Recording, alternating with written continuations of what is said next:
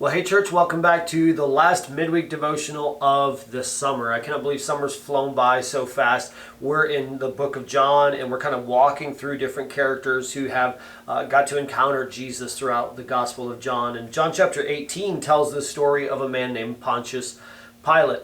Pilate is probably a famous person in Christianity or in the Bible, but for those of you who don't know, Pontius Pilate is this ruler of Rome, and the religious leaders bring Jesus to Rome, to this man named Pilate, and Pilate then begins to be very, very passive and not to want to try to pick sides. He attempts to kind of walk this line of not having to choose between Christ or the people. And he does this in a couple of ways. He redirects the conversation continually. He continually redirects people and tries to avoid anyone being responsible for the decision that he's about to make besides him. He doesn't want to be the one responsible for it.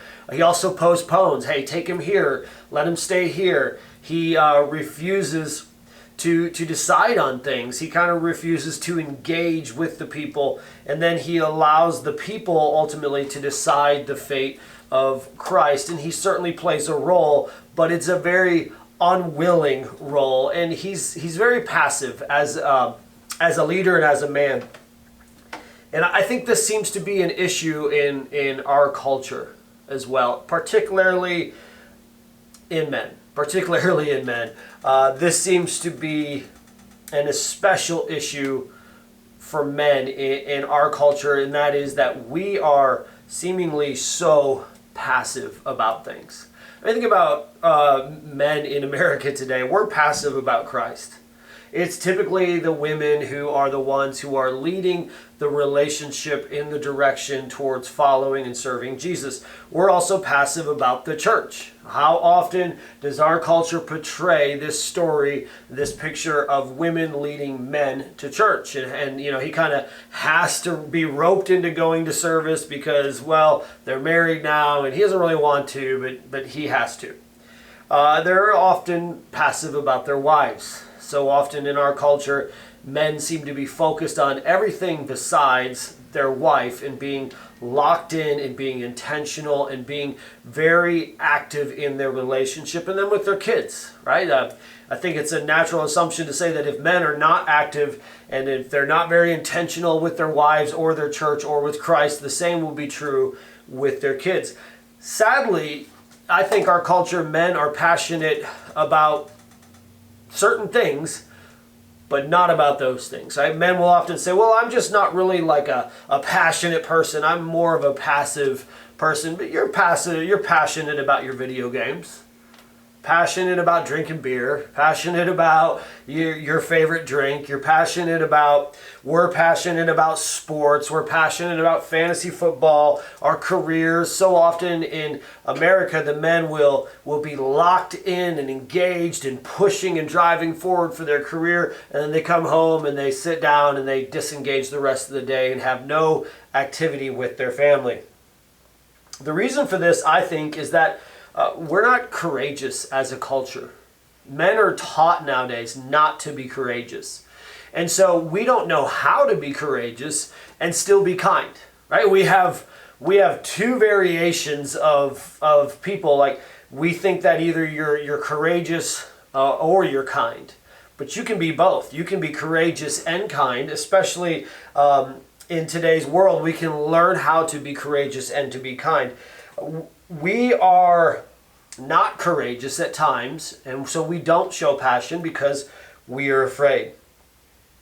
We seem to lack courage because we don't want to handle the fear of what goes on. We can be cultural, right? Culture can point out that, well, men shouldn't be like this. You know, they can really try to push that on us, but also I think we're taught so easily that we don't have to be courageous anymore. Fail at something, don't do it ever again. Get knocked down, don't get back up. Go complain. Just as from childhood on, men are often shown that we don't need to be courageous, and this is why we lack courage.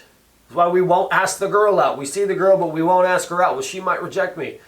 Okay, well, ask someone else. We finally ask the girl out, we date the girl, and we're too afraid to put on our profiles that we're dating them because we don't want other people to know. And so there's this chronic fear, but women strongly desire a man who has courage, who is certainly kind, but he has courage and he has passion. In fact, recently I was talking to some ladies from another country. They were here visiting America for a while, and I said, tell me about American men. And they said, well, you guys have no courage. You guys won't ask anybody out. You won't say you're dating people when you are. American men have no courage, and it's really, really sad. Even in Pilate, he decides to postpone this decision forever, right? Which a lot of times we do. We try to push off, well, I'll just wait and see what happens. But postponed decisions are the same as no decision. And so for us men, I think it's time for us to stop being so passive. I think it's time for us to be courageous. I believe that men should be courageous. We should attempt bold things. We should attempt great things. Certainly, I definitely believe that my wife is very bold. She runs multiple businesses and she follows her dreams and she chases those things. I hope my daughter is as bold and as confident and as courageous as my wife is. We're trying to teach her to be those things, but I see a lack of these things in men. And so a lot of times we lose out on our relationship with Christ because we simply don't have the courage to be passionate about pursuing Christ. We don't want people to be embarrassed. We don't want ourselves to be embarrassed or any of these things. We simply lack courage. A lot of times we lack courage in our family relationships. We refuse to speak up and say what's kind, what's true in a kind way, and we hold on so long that all of a sudden we lash out angrily later on.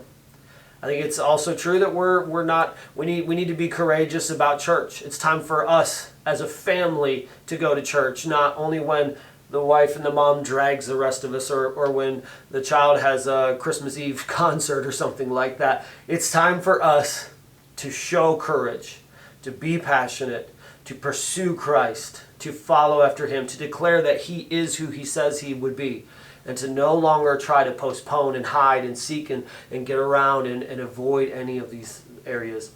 Well, always remember, church, that you matter.